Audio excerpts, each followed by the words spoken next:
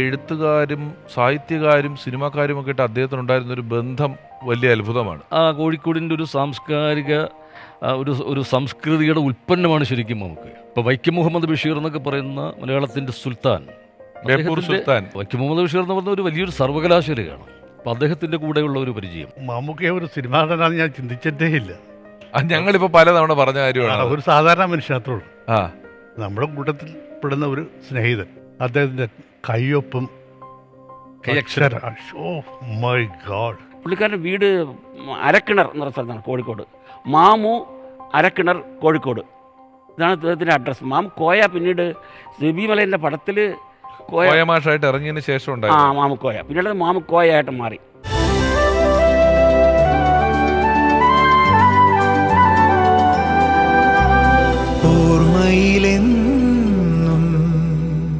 സ്വാഭാവിക നർമ്മവും സ്വതസിദ്ധമായ അഭിനയ ശൈലിയും കൊണ്ട് മലയാള സിനിമയിൽ 4.5 പതിറ്റാണ്ടോളം നിറഞ്ഞു നിന്ന സഹൃദയനായ കലാകാരൻ.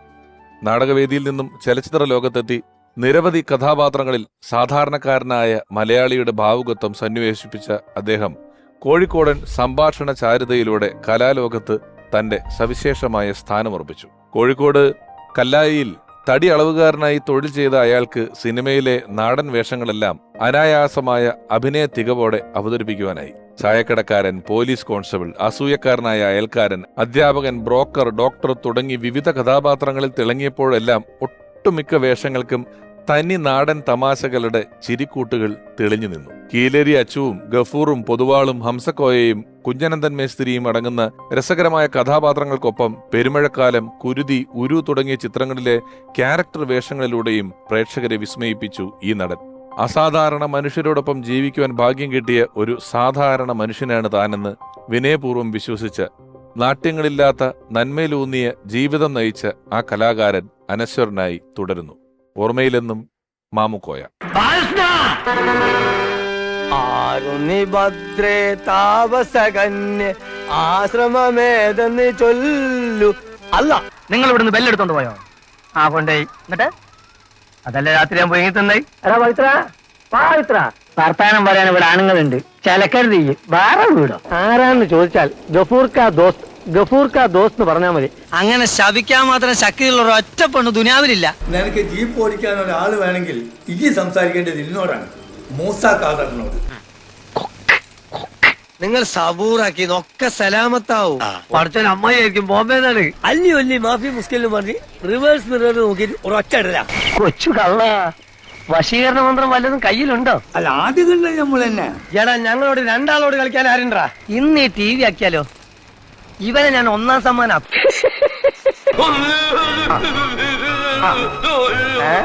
ഇത് മേൽശാന്തി സുബ്രഹ്മണ്യ ശാസ്ത്രികൾ. അസ്സലാമു അലൈക്കും. ഒരുത്തൻ അപകടം പറ്റി ആസ്പത്രി കിടക്കുമ്പോഴല്ല ചെറ്റവർത്താനം പറയല്, മനസ്സിലായോ? വിദ്യാഭ്യാസമുള്ള ഒരുത്തനും നമ്മളെ പാർട്ടിയിലില്ലേ? പതുക്കെ, ഇവരുടെ പേര് ഹംസക്കോയെന്നല്ല, കർത്താന്നാണ്. എന്നെ നോക്കൂ, ഇത് കിട്ടണം. ഓർമ്മയിലെന്നും മാമുക്കോയ ഈ നിലക്കത്തിൽ നമ്മളോടൊപ്പം ആദ്യമായി ചേരാനെത്തുന്നത് മലയാളികൾക്ക് വളരെ പ്രിയപ്പെട്ട ഒരാളാണ്. കഴിഞ്ഞ 3 പതിറ്റാണ്ടുകളിലധികമായി മലയാള സിനിമയിലെ നിറസാന്നിധ്യം. ടെലിവിഷൻ സീരിയലുകളിലൂടെ വന്ന് നാടകപ്രവർത്തകനായി സിനിമയിലെത്തിയ ശേഷം എല്ലാ കൊല്ലവും വളരെ മികച്ച കഥാപാത്രങ്ങളെ മലയാളിക്ക് സമ്മാനിച്ച ഒരു അതുല്യനായ നടൻ, എഴുത്തുകാരൻ. മമ്മൂട്ടിയും മോഹൻലാലും ചേർന്ന് പ്രകാശനം ചെയ്ത ദൈവത്തിന്റെ അവകാശികളെന്ന പുസ്തകത്തിന്റെ രചയിതാവ്, നല്ലൊരു വാഗ്മി, സംസ്ഥാന ചലച്ചിത്ര അക്കാദമി ചെയർമാൻ, അങ്ങനെ പല തലക്കെട്ടുകളുടെ കീഴിൽ പ്രവർത്തിക്കുന്ന മനുഷ്യൻ. ഇക്കഴിഞ്ഞ IFFK ഏറ്റവും ഗംഭീരമായി നടത്തുക വഴി ജനമനസ്സുകളിലേക്ക് എത്തിയ മികച്ച നടൻ. സ്നേഹത്തോടെ സ്വാഗതം ചെയ്യുന്നു പ്രിയപ്പെട്ട പ്രേംകുമാർ.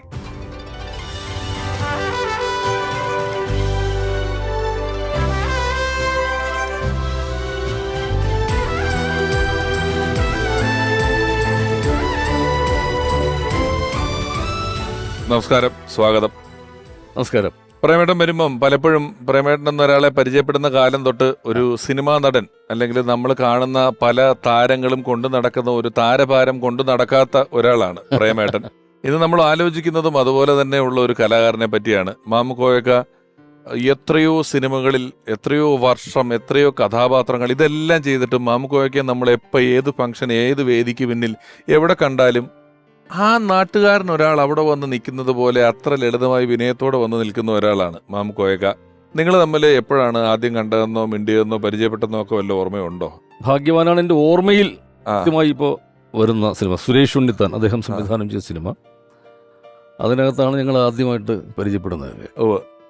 പക്ഷെ അതിനുവേണ്ടിയാണ് ഞാൻ അദ്ദേഹത്തിൻ്റെ ഒരുപാട് സിനിമകൾ ഇങ്ങനെ ധാരാളം കണ്ടിട്ടുണ്ട്. അങ്ങനെ അദ്ദേഹത്തിൻ്റെ ശരിക്കും ഒരു വലിയൊരു ഫാനായിട്ടാണ് ഞാൻ അദ്ദേഹത്തെ നേരിട്ട് കാണുന്നത് തന്നെ. ശരിക്കും നമ്മളൊരു വല്ലാതെ അത്ഭുതപ്പെടുത്തുന്ന ഒരു മനുഷ്യനാണ്.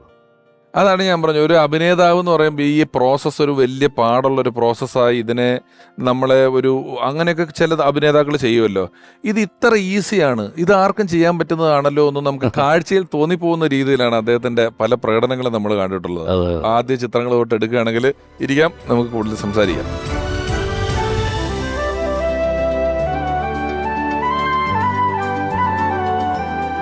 ഒരു സിനിമാ നടൻ പലപ്പോഴും ഡിമാൻഡിങ് ആയിരിക്കുക, അല്ലെങ്കിൽ സിനിമയിൽ അയാളുടെ കരിയർ ഗ്രാഫ് ഉയരുന്നതിനനുസരിച്ച് കൊണ്ട് അയാളുടെ വ്യക്തിജീവിതം, പെരുമാറ്റം, അയാൾ ഉപയോഗിക്കുന്ന വാഹനം, വസ്ത്രധാരണം ഇതൊക്കെ മാറുന്നത് ഞാൻ പലരെയും കണ്ടിട്ടുണ്ട്.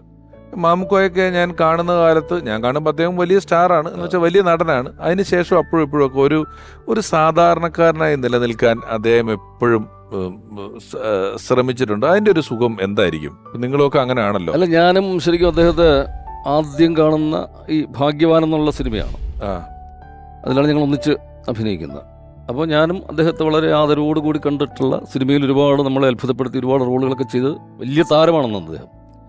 പക്ഷെ നമ്മളോടൊക്കെ ഒരു വളരെ തുടക്കക്കാരനായ എന്നോടൊക്കെ അന്ന് വളരെ സൗമ്യമായിട്ടും ഒരു വളരെ പ്രോത്സാഹനം നൽകുന്ന രീതിയിൽ നമ്മൾ ചേർത്ത് പിടിച്ചുകൊണ്ടുള്ള, അതൊരു സാധാരണ മനുഷ്യനാണ്. അതാണ് അദ്ദേഹത്തിൻ്റെ ഏറ്റവും വലിയൊരു പ്രത്യേകതയായിട്ട് എല്ലാവരും അത് പറയുന്ന കാര്യമാണ്. നമുക്ക് കാര്യം അദ്ദേഹം ഒരു ജീവിത അനുഭവങ്ങളുടെ ഒരു കരുത്തിലാണ് അദ്ദേഹത്തിൻ്റെ എല്ലാം ഇങ്ങനെ കരുപ്പിടിപ്പിച്ചെടുത്തിട്ടുള്ളത്.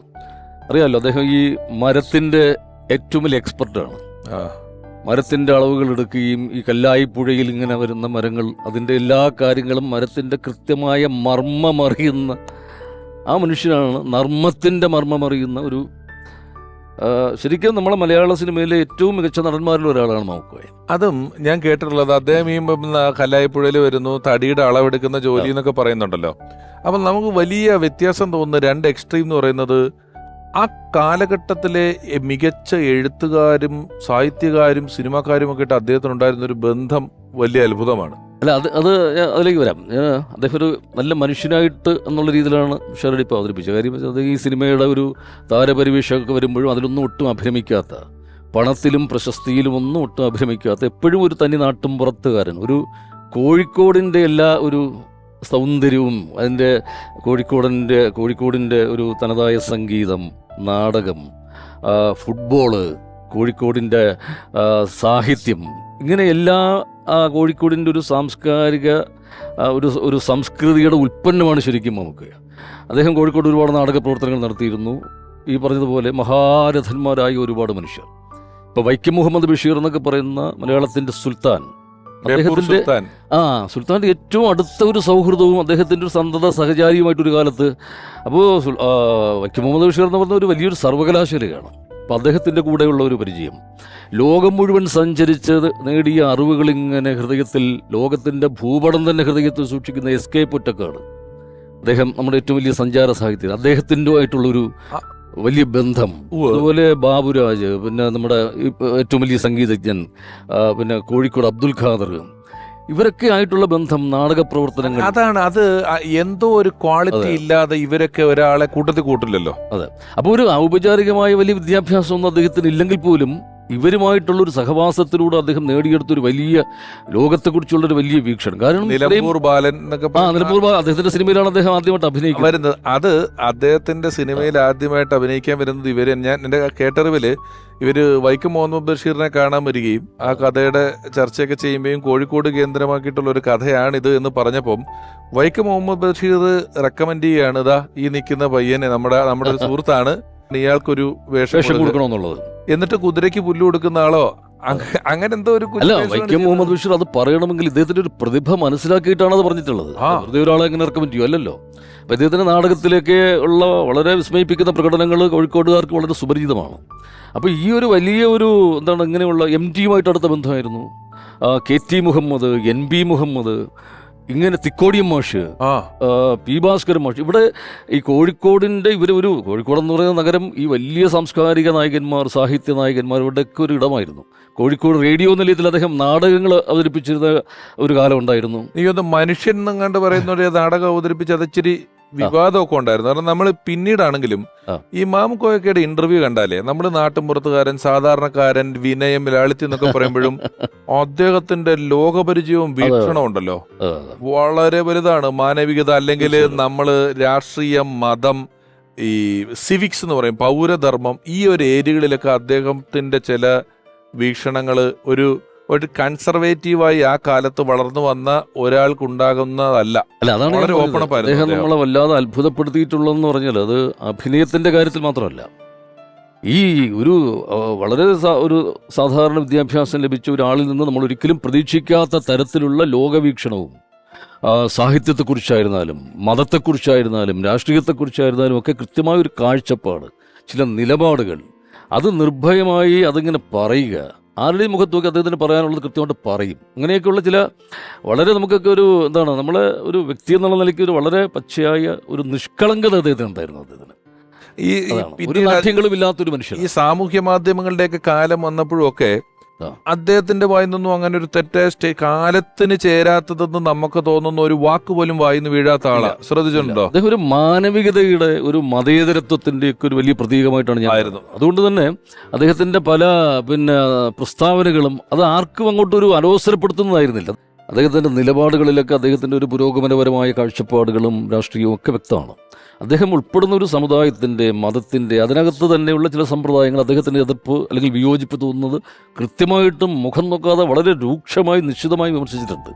അതുപോലെ രാഷ്ട്രീയ കാര്യങ്ങൾ എല്ലാത്തിനും അദ്ദേഹത്തിൻ്റെ നിലപാട് അദ്ദേഹം കൃത്യമായി പറയുകയും അതാണ് പറയണ്ട ഞാൻ പറഞ്ഞത്. പക്ഷേ അദ്ദേഹം വളരെ സാധാരണക്കാരനായി തടി അളവെടുക്കുന്ന ജോലിയൊക്കെ ചെയ്ത് നിൽക്കുന്ന ഒരാൾക്ക് എന്തുമാത്രം ഒരു ഇച്ഛാശക്തിയും ഒരു വീക്ഷണമൊക്കെ ഉണ്ടെങ്കിലാണ് ഇങ്ങനെ. അതുകൊണ്ടാണ് നമ്മൾ നേരത്തെ പറഞ്ഞ പോലുള്ള ഒരു എഴുത്തുകാരുടെയും സാംസ്കാരിക നായകന്മാരുമായിട്ട് അദ്ദേഹത്തിന് ഒരു സൗഹൃദം ഉണ്ടായത്. ഒപ്പം അദ്ദേഹത്തിന് പരന്ന വായന ഉണ്ടായിരുന്നു.